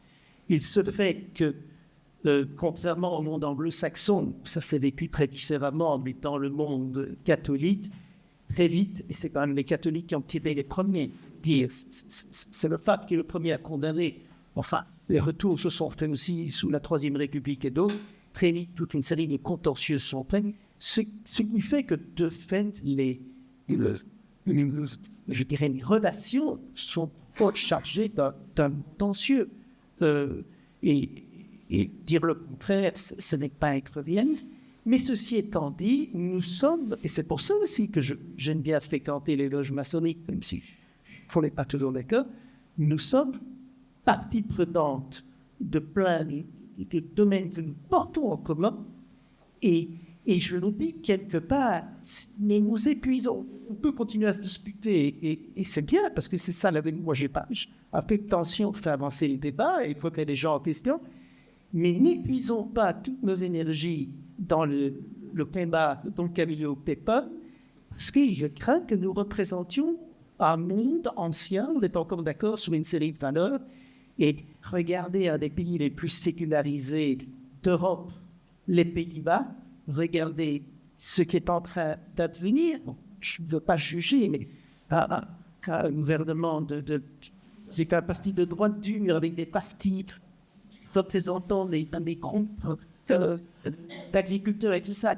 On voit bien qu'on est reparti de des formes de particularisme et sans jugement, je me permets de se dire attention sur le cas du monde tel qu'on le connaît depuis la Seconde Guerre mondiale, il n'est pas acquis pour toujours, et nous le savons bien. Et donc, je crois que nous avons aussi pas mal de luttes à mener en commun, quitte à continuer à temps en temps discuter de vieux frères. Henri? Une approche légèrement différente, en ce sens que je pense qu'il n'y a jamais eu d'exclusive de la maçonnerie à l'égard du monde catholique en particulier. Si débat il peut y avoir, il se pose au niveau de l'individu qui, pour devenir franc-maçon, doit nous assurer de sa liberté. De sa liberté, c'est-à-dire de son émancipation, de sa capacité de penser selon son propre entendement, et non pas selon un dogme ou une foi. Il demeure qu'il y a place pour les religions au sein de la maçonnerie. Qui a exclu? Qui? C'est effectivement, comme l'a dit Eric, c'est l'Église catholique qui a considéré à un moment donné que les maçons, de par le fait qu'ils avaient, je dirais, un fort intérieur, on parlait de conception privée, mais un fort intérieur collectif, eh bien, ça représentait un danger pour l'Église elle-même. Et donc c'est comme ça que l'Église a excommunié les francs-maçons, qui n'en demandaient pas tant. À l'époque, beaucoup de maçons étaient chrétiens, étaient catholiques. Et donc c'est, je dirais, le point de départ d'une intolérance, alors pour le compte, une intolérance, ou plus exactement d'une absence de respect, qui a fait qu'effectivement il y a un schisme qui s'est produit. Mais ce n'est pas ce schisme qui nous habite aujourd'hui. D'abord, contrairement à ce qu'on pourrait laisser entendre, il y a une vingtaine d'années, la doctrine de la foi a modifié le code de droit canon. On a supprimé, expressis verbis, l'excommunication des francs-maçons. À l'époque, j'ai pris ma plume à l'étude, mais j'ai écrit aux autorités religieuses pour savoir ce qu'il en était. Puis donc, c'est terminé, la pépode est donc améliorée, en des termes plus choisis, bien sûr. Mais la réponse était immédiate. Ce n'est pas parce que nous avons supprimé le terme franc-maçon que pour autant nous acceptons encore que les hommes puissent faire partie des sectes, manifestement ce dont font partie les francs-maçons. Il n'y a pas si longtemps, Monseigneur Léonard, cet homme de culture, ce grand philosophe, ce grand humaniste, eh bien, traitait les francs-maçons de sectaires. Et donc on voit qu'il y a un fond de choses comme ça récurrent, mais dont nous ne sommes pas responsables, et je n'en parle certainement pas de Eric, qui lui, effectivement, ose aborder le débat de manière constructive, comprend bien qu'effectivement, l'écart dans lequel nous nous trouvons n'a rien à voir avec l'exclusion d'une religion plutôt qu'une autre, certainement pas. Il demeure que la foi est une nature différente de la religion. La religion, comme disent ces intellectuels, elle est rationnelle. Une religion, c'est une idéologie. C'est une idéologie qui est basée sur Dieu, c'est une théologie. Mais donc, c'est forcément un ensemble cohérent. Et donc, l'ambiguïté entre foi et religion est toujours constante. Il y a des gens qui adhèrent à des religions de manière dogmatique. Ah, bien, effectivement, là, c'est une problématique importante par rapport aux francs-maçons. Quand quelqu'un adhère à un dogme, on peut difficilement concevoir qu'il s'agit d'un homme ou d'une femme libre. Mais dès l'instant où la quête de vérité, la recherche est sincère, dès l'instant où elle est le fruit d'un souci de progrès, d'émancipation et de partage, il n'y a pas d'objection de la part des maçons vis-à-vis de quelque religion que ce soit. Donc voilà, encore une fois, il y a ici une petite asymétrie, je pense qu'elle peut se réduire, mais il s'agit pour une vieille institution de 2000 ans d'accepter parfois de se rénover plus rapidement que ce n'est le cas à l'heure actuelle. Ce qui me frappe, parce que c'est vrai que vous êtes tous les deux des hommes de conviction, les convictions sont visiblement très différentes, mais ce qui me frappe dans votre débat, c'est le caractère feutré, extrêmement respectueux les uns des autres. Mais ce qui vous réunit quelque part, c'est que probablement, parce que tous les deux vous êtes initiés, vous êtes baptisés, c'est que vous êtes des hommes cherchants. Et c'est Malraux, je le disais en introduction, qui nous avait dit que le XXIe siècle serait religieux ou spirituel. Les deux phrases sont données dans les littératures, ou ne serait pas. Dans le sujet de la sécularisation, est-ce qu'on ne doit pas constater une forme d'échec de la sécularisation et donc de l'état de droit et de la démocratie? Je suis frappé de voir nos jeunes aujourd'hui, et on le voit dans tous les dialogues qu'on a, mais sur les réseaux sociaux, évidemment, ne plus adhérer à l'état de droit. Et je suis encore plus frappé, le bâtonnier l'a dit tout à l'heure, c'est de voir l'État belge qui, alors certes on n'est pas la Roumanie et certes on n'est pas la Pologne, on est encore bien classé, mais dans les derniers classements du Conseil de l'Europe d'une part et des ONG, nous rétrogradons. L'État belge, sur différentes initiatives, ne respecte plus l'état de droit. L'accueil des étrangers, il y a actuellement 8000 décisions non respectées par l'État belge, et qu'elles soient du Conseil d'État, du tribunal de première instance, d'appel, de la Cour européenne des droits de l'homme. L'État belge ne respecte pas. Rappelez-vous les condamnations de la Belgique sur le traitement des prisons, la surpopulation, les traitements inhumains et dégradants, une dizaine de condamnations de l'État belge, et ça ne change pas. Vous avez vu qu'on a augmenté le nombre de prisonniers, on atteint 13 000 maintenant. L'enfermement des mineurs, c'est un autre sujet. Et pire, le non-respect des décisions de justice. Comment est-ce que vous expliquez, dans cette sécularisation, le non-respect de la règle de droit d'une part par ceux qui seront demain nos successeurs et le ferment de la Belgique, et d'autre part, pire peut-être, par ceux qui font les lois, le gouvernement.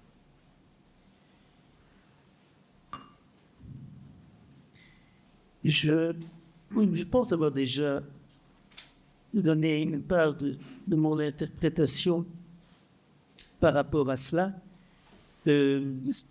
Entre 16 et 18 ans, j'ai eu une grande chance d'avoir une bourse d'études pour aller étudier dans un collège international,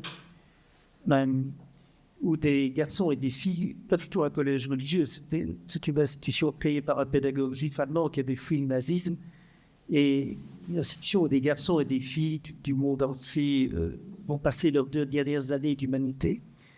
Et c'est très intéressant parce que j'ai eu une vision du monde à venir à travers ce microcosme. Par exemple, alors que durant mes études de droit, j'avais des copains qui me disent tu vas voir, les chars du pacte de Varsovie seront à Bruxelles. Là, moi, je disais, tu vas voir, ça va s'écrouler.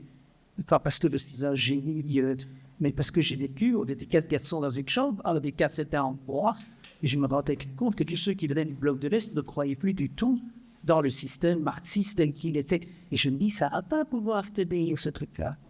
De même, quand on me dit, comme prêtre, il n'a pas trop de mal avec le fait que les églises se vident. Mais non, je vivais avec des Scandinaves qui vivaient déjà ce qu'on a dû arriver en Belgique par après, et je me doutais bien que ça allait venir.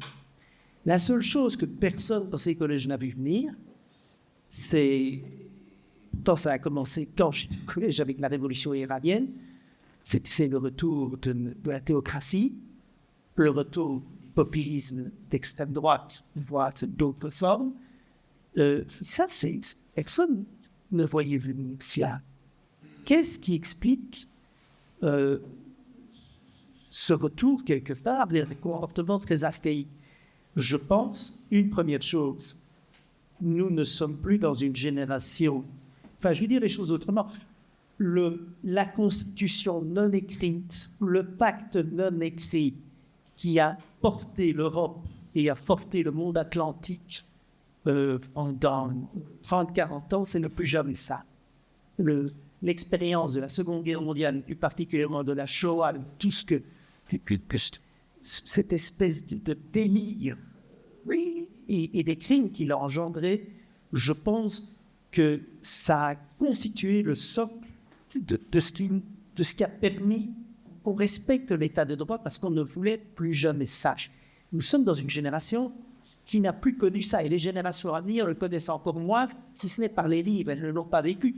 Quand Mitterrand et Kohl se donnent la main à Verdun, ce sont des hommes qui ont encore vécu ça dans les chair. Ce n'est plus le cas aujourd'hui. Je crois que c'est... La seconde chose, je le répète, je pense que les colonnes vertébrales aujourd'hui sont moins solides parce que le monde de la société de consommation a un peu le relais, et que face à ça, eh bien, de fait, quand à un moment donné, les gens veulent construire quelque chose, ils le font d'une manière plutôt à la manière de crustacés qu'à la manière de vertébrés. Merci. Henri? Oui, je ne vais pas contester cette réflexion, mais en tout cas, je vais y apporter ma contribution. Je pense qu'il y a d'autres facteurs qui interviennent. Jusqu'à la veille des années 2000, on avait tous le sentiment que demain serait meilleur qu'aujourd'hui. On était vraiment dans une position où c'était quasiment le sens de l'histoire. Le sens de l'histoire. Il y avait surtout ça qui nous amenait vers le progrès mécaniquement. Et on a fait l'économie à cet égard de la réflexion, de la pensée, parce que le sens de l'histoire, il faut oser. Et pourtant, on vivait dans ce temps, tous ensemble. Et puis progressivement, on s'est rendu compte que les choses ne tournaient pas nécessairement dans un sens obligé, qu'on pouvait aussi connaître des contractations des progrès. Sauf que les clés qui nous avaient menés à ces progrès n'étaient plus nécessairement maîtrisées. On avait également changé de société en ce sens que la réflexion progressivement avait été remplacée par la réactivité, par la dictature de l'instantané, par des moyens technologiques qui nous font regarder la télévision plutôt que d'étudier un ouvrage de philosophie. Et nos générations, nos jeunes générations en particulier, ont été confrontées à des générations qui ont continué à occuper le pouvoir, qui ont quasiment rasé, je dirais, une génération et demie au niveau de la communication. On est dans une société vieillie. Et j'entends, notamment dans le secteur associatif, de nombreuses personnes, bien sûr compétentes, bien sûr qui avaient une autorité légitime, qui se plaignaient souvent de voir que les jeunes n'avaient plus le temps de s'intéresser. Mais on ne faisait pas de place non plus, on restait en place. Donc on a assisté à une société vieillissante qui a pris des postures qui relèvent davantage de l'habitude que de la réflexion, qui n'ont pas transmis. Je me souviens que quand je suis devenu président du Centre d'action laïque, la première visite que j'ai reçue, c'était celle d'une jeune journaliste, une jeune journaliste du journal Le Soir. Je ne demandais pas son nom par charité chrétienne. Et cette jeune journaliste qui avait dans cette attribution la philosophie, les religions, a commencé par m'aborder en disant « mais la laïcité, c'est quand même un peu ringard ». Considérer à ce moment-là que, par exemple, la question de l'avortement était une question qui était largement dépassée. Pourquoi? Parce qu'on vivait dans un monde d'eau tiède. Elle ne savait plus pourquoi sa mère ou sa grand-mère s'était battue. Et quand je lui ai fait la réflexion de savoir, mais vous savez que votre maman, votre mère, s'est battue pour obtenir ça, pardon, ma grand-mère. C'est dire qu'effectivement, il y avait une distanciation par rapport à ces combats qui étaient essentiels. Je parle de démocratie, je parle d'émancipation, je parle des droits fondamentaux, où on passait d'une société progressivement où l'avortement, pour prendre cet exemple, était un crime, était un délit, que vous revendiquez qu'il devienne un droit fondamental. C'est totalement copernicien. Bien, tout ça, effectivement, une génération a été quasiment sacrifiée sur le plan de réflexion. Autre chose, effectivement, la technologie. Mais ça, on a transformé le monde en un monde village. Et ce n'est pas qu'une expression. Lorsque la solidarité se faisait au niveau de l'État-nation, et eh bien, c'était simple. Vous aviez un syndicat, vous aviez des entreprises, vous aviez des acteurs sociaux. Oui, mais le jour où on casse les frontières, le jour où le syndicat de tel État-nation est confronté aux intérêts ouvriers d'un autre État-nation, comment est-ce qu'on articule ces valeurs? Est-ce qu'on se soucie de la consommation, effectivement, de ces tissus qui sont fabriqués en Inde, ou bien on se soucie des personnes qui sont là pour y travailler? Est-ce que les valeurs se sont modifiées? Est-ce qu'on étend à l'échelle de l'humanité, subitement, toutes ces valeurs que l'on pensait universelles? La technologie, la dictature de l'instantané, l'information plutôt que la réflexion ont contribué, je pense, qu'aujourd'hui à se trouver dans cette situation où, effectivement, il est très difficile, à la fois pour le monde politique de se faire comprendre autrement, parce qu'il est plus efficace de passer à la télévision quitte à ne rien dire, que d'amener une véritable réflexion qui n'est pas toujours, ne se porte pas toujours sur le plan de la clientélisme politique. Par rapport aux jeunes, même chose. À partir du moment où cette espèce de philosophie politique n'est plus au rendez-vous, il faut qu'elle admette sur le personnel politique, je suis désolé de le dire, est tombé dans un niveau qui est largement sous le niveau zéro. Simplement comparer les émissions que l'on voit en Belgique sur les émissions politiques et on les compare avec la France, je ne dis pas que la France est un pays idéal, mais en tout cas, quand on voit la qualité des émissions sur le plan du débat politique, il n'y a pas photo. De quoi nourrit-on la population? Les chaînes publiques, de quoi nous nourrissent-elles? Donc, il ne faut pas s'étonner à un moment donné que les actions relèvent davantage de la réaction que de la réflexion, et c'est un des grands paramètres. La globalisation, confrontée au choc des valeurs, ces valeurs ne posent problème.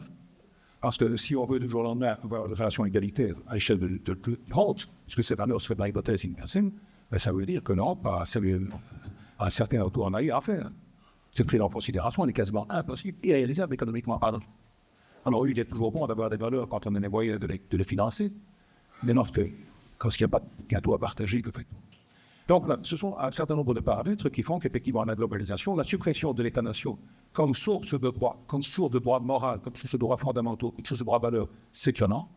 Et effectivement, nous allons une situation de transition. Le monde est à inventer. Le nouveau droit, la nouvelle morale universelle est à inventer, est à construire. On en connaît les prémices, mais on ne connaît pas encore le mode. Alors avant de vous passer démocratiquement la parole, je ne peux pas terminer ce débat sans aborder quand même les questions de vie et les accros de vie. La naissance et l'avortement, la vie, l'homoparentalité, le mariage gay, la mort, l'euthanasie. Est-ce que vos convictions, est-ce que votre morale vous emmène nécessairement vers des règles totalement différentes, incompatibles? Mais c'est bien de terminer avec cette question, parce que Henri déjà parler de l'avortement. Et quand je suis dans le maçonnique, c'est un sujet que je reprends souvent parce que il est exemplatif peut-être d'une anthropologie différemment colorée.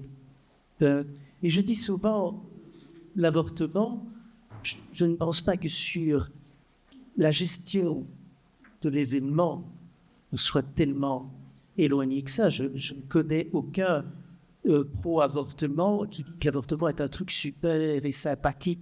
Tout le monde reconnaît la gravité de cet acte, c'est une première chose. Et je ne connais aucun pro-life anti-avortement acharné qui dit qu'une femme qui s'est fait avorter doit être accablée, machin. Bon, que tout ça, on a besoin d'écoute et d'accompagnement. Donc, je pense que sur la question de la gestion, on est assez d'accord. Moi-même, j'ai évolué sur cette question en disant, c'est vrai que la dépénalisation, je me dis, c'est dans les balises que donne l'état de droit, peut-on, sous couvert de sanctions, forcer une femme qui ne veut pas mener une grossesse à terme de le faire? Je pense que ce n'est pas raisonnable. Mais là où j'ai dit, on porte des lunettes différentes, c'est tout simplement le regard posé sur la question. Et la preuve, c'est que on ne se comprend plus. On dit, mais qui êtes-vous pour empêcher les femmes au nom de vos dogmes, machin? Il ne s'agit pas du tout de ça. Je sache, il a beaucoup de défauts, mais j'en ai aimé quelque chose sur le tatouage, chacun fait de son corps des choses plus ou moins utiles ou inutiles, chacun jugera. Il ne s'agit pas de ça. Si le sujet est important, c'est parce qu'il touche aussi à la vie à naître. Et à des adeptes du libre examen, vous n'allez pas me faire croire qu'il y a un amas de cellules admin, et puis pouf, par magie, il y a un bébé qui apparaît. Oh, qu'il est joli. Tout le monde sait bien que c'est un processus. Alors, je ne suis pas non plus de ceux qui disent vous assassinez les bébés. Je ne dis pas ça. Je dis il y a là la dignité d'une fille à naître. C'est aussi un enjeu démocratique. À partir de quand est-ce qu'on va le protéger? Est-ce qu'un jour avant la naissance? 2 mois? Au nom de quoi? Ça, c'est le débat démocratique.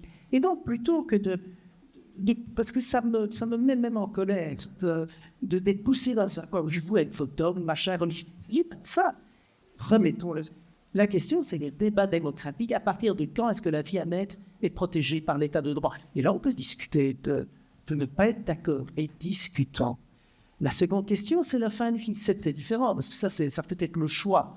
Mais en même temps, comme me disait un vieux laïc, homme politique, maçon, flamand, je disais, moi je suis très prudent, c'était à l'époque du débat, quand j'étais porte-parole hors caméra, je suis très prudent sur ce débat pour qu'on ne force pas des personnes dans des maisons de l'OPO A. Mais tout le monde est bien d'accord. Je crois que dans un État, et moi j'accompagne de temps en temps des gens comme prêtres qui demandent l'euthanasie, je ne veux pas les culpabiliser ou quoi, c'est un choix. Mais d'un autre côté, est-ce que toute vie, même une vie diminuée, si la personne le souhaite, ne faut pas le prix? Je pense que oui. Et je pense que ça dit aussi quelque chose du poids de solitude, parfois, de nos aînés. Et donc là, il se ferait peut-être la différence. Je dirais que l'accent ou les lunettes seront mis davantage sur le droit de l'individu. Dans le monde clanique.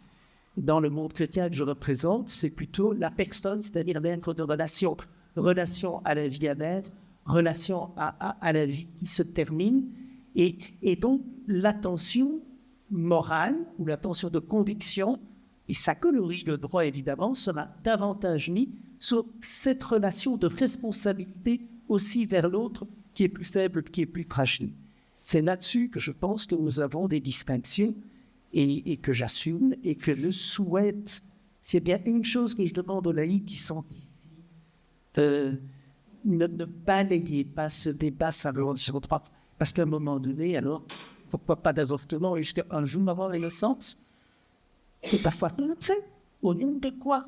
Et je le dis, à un moment donné, si on ne pose pas la question à partir de quand est-ce que la vie à naître doit être protégée par l'état de droit, ce débat, on est dans le déni de cette question. Henri? Oui, je trouve qu'Éric ici est bien compréhensif par rapport à la doctrine de sa foi. Quand tu dis nous n'avons rien contre, j'entends bien, mais il n'y a pas si longtemps que l'Église catholique s'opposait fermement, non pas à l'avortement, mais à la contraception. Constat. L'Église catholique qui est probablement responsable de dizaines de milliers de morts en Afrique, où la recommandation officielle était de dire n'utilisez pas le préservatif, avec les conséquences que l'on se connaît au niveau du sida. Donc je veux bien redonner qu'on ait un discours conciliant, irénique, mais enfin il y a des conséquences derrière les mots. Et j'y viens, puisque elle fait partie de la réponse. Quant à l'avortement, oui, l'avortement, oui, on est passé du crime pas encore à un droit en Belgique. Mais ce qui est à la base de cette distorsion aux conséquences, effectivement, particulièrement graves, là où il faudrait de l'assistance, on voit bien que lorsqu'il s'agit d'un c'est compliqué là, de porter de la santé publique, là où on parle de l'infraction, c'est que ça procède, et c'est pour le compte, et la question morale est importante. Qu'est-ce qui fait le distinguo? Si un être humain est une création divine, si l'être humain cesse d'être cette personne sujet de droit, et à ce moment-là, effectivement, oui, mon spermatozoïde est un être humain. L'ovocyte non fécondé est un être humain. La cellule de mon oncle est un être humain. Qu'est-ce qu'on doit protéger? Les anciens disaient « infans conceptus pro nato habetur ». L'enfant conçu est tenu pour né, à condition qu'il soit né vivant et viable. Autrement dit, qu'il obtienne le statut de personne. Que je sache, Dieu n'est pas une personne, ce n'est pas un sujet de droit, susceptible de faire valoir ses droits devant un tribunal, susceptible d'avoir des devoirs particuliers. Dieu n'est pas une chose, Dieu est un concept, est une théorie, sans doute un concept, on va dire, pour être poli. Et à partir d'un concept, peut-on imposer une vision du monde qui pose en difficulté cette fameuse dignité dont on parlait? Elle s'adresse à qui? Aux personnes, aux êtres humains. Si, je vous donne un exemple très simple. Je déambule dans la rue et je croise un hôpital. Et l'hôpital est en feu. Au dernier étage de l'hôpital, sur la gauche, vous avez le pavillon des soins palliatifs. Des petits lieux cacochines, n'ont plus beaucoup de temps d'existence devant eux, mais enfin, le cœur bat toujours sous la poitrine. À droite, vous avez des cuves. Des cuves d'ovocytes fécondés. Je peux monter, j'ai eu le temps de sauver soit la gauche, soit la droite, mais pas les deux. Qui est-ce que je choisis? Les ovocytes fécondés, parce qu'ils ont encore toute une vie devant eux, ou les cacochines qui vont mourir demain? Alors, ma décision, parce que vous voyez, cette théorie semble impalpable, elles ont finalement toujours des conséquences. Et il est évident que je ne vais pas me précipiter pour porter la cuve sur mon dos au détriment des cacochines. Ce seront les personnes humaines que je vais sauver. Et donc, là où on a eu des débats extraordinaires, d'ailleurs en 1948, sur la question du droit à la vie, que nous défendons évidemment, c'est le droit à la vie de la personne humaine. C'est une des raisons d'ailleurs pour laquelle je suis très attentif quand on parle des droits humains. Ça aussi, ça ne me met pas en colère, parce que je ne suis pas un homme qui me fait facilement en colère, mais ça m'énerve un peu. On a remplacé récemment le concept de droit de l'homme par droit humain, comme si ce n'était pas un génétique auquel il fallait recourir. Moi, je ne parle pas de droit divin. Tous les droits sont humains, en nature. À moins qu'un jour, on invente les droits canins, les droits du mouton, les droits de l'intelligence artificielle. Donc, les droits de l'homme, c'est un terme générique. Et ce qui caractérise l'homme de manière générique, le sujet de droit, le citoyen, c'est effectivement sa personnalité. Tant qu'on ne donnera pas de la personnalité juridique aux cochons, aux vaches, aux poules et aux fœtus, il faudra à un moment donné trancher. Alors je ne dis pas que l'homme, la sensibilité humaine ne mérite pas notre respect. Et c'est la raison pour laquelle, comme dit Eric, on ne peut pas objectivement considérer qu'à la veille de sa naissance, un enfant ne soit pas encore une personne. Bien sûr qu'il y a place pour... Mais ça, c'est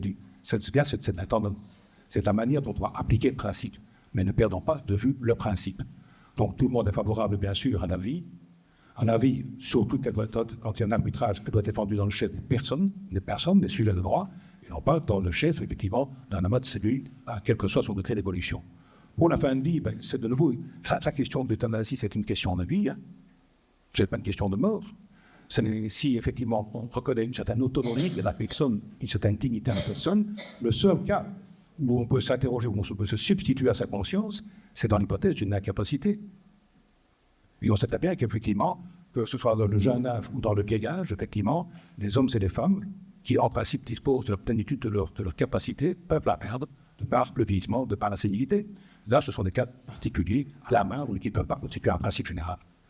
Qu'est-ce qu'on a encore? Ben oui, on a l'expression de la religion, les ports du voile. Mais je l'ai dit tout à l'heure, l'expression peut être publique. Hein. La laïcité recommande qu'elle soit publique. La laïcité recommande le débat. L'expression, c'est la sécularisation qui peut l'interdire. Donc, une fois de plus, derrière des apparences doucereuses, où il faudrait s'entendre à la marge, oui, mais il y a quand même aucune idée, un noyau sur lequel qui est irréductible et qui touche à la dignité, à l'autonomie de la personne, qui me semble être le cœur de chauffe des droits fondamentaux. Merci à vous, public, d'être venu aussi nombreux, d'être resté jusqu'à cette heure-ci. Merci au barreau de Bruxelles, merci au Collège Belgique et surtout, un merci très généreux, un merci très affectueux à nos deux intervenants. Ils nous ont rendus un peu plus malins, un peu plus intelligents, un peu plus tolérants. Et vous l'avez fait avec du respect, de l'humeur, mais aussi avec une forme d'impudeur. Et c'est probablement cela qui était attachant dans vos discours, dans vos convictions. Vous nous avez fait passer un message extrêmement personnel et quelque part, vous avez fait circuler de l'amour. Merci infiniment.